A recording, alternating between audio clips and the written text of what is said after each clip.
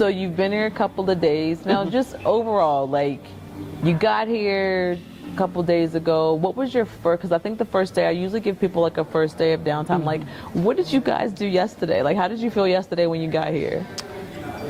Yesterday, so we had kind of like this extra day, which I'm glad now because it gave me time to rest.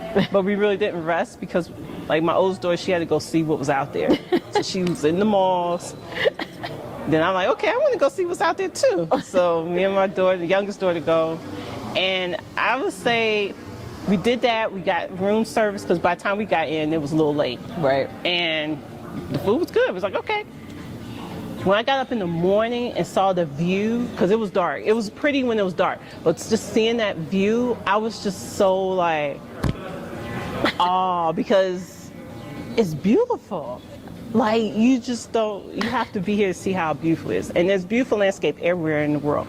But here, you just you don't really know because they only show certain parts, or you don't just know because they don't really talk about South Africa like that in the States unless it's a crisis or it's a political uprising, or, you know, I know they was talking about something that happened earlier this summer with the looting. But they don't talk about the other aspects where there's so much land out here, so much greenery. So many nice architects, landscaping. Overall, just, you know, I'm interested in how you actually feel being here, being that you've waited so long to get here. Like, how do you actually feel being in South Africa? Honestly, I feel like I'm at home.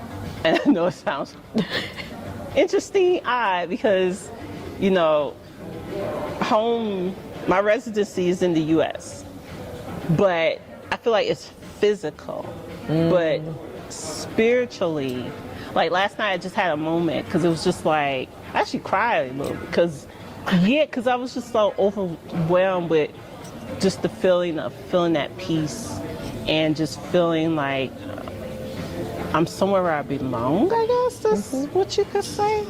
And it's not because it's just different. It's hard to explain. Because nobody did anything special, I'm sure. Because awesome. It's just. So comparatively, like, obviously you enjoy traveling. You've been to those places that are highly advertised in a positive light.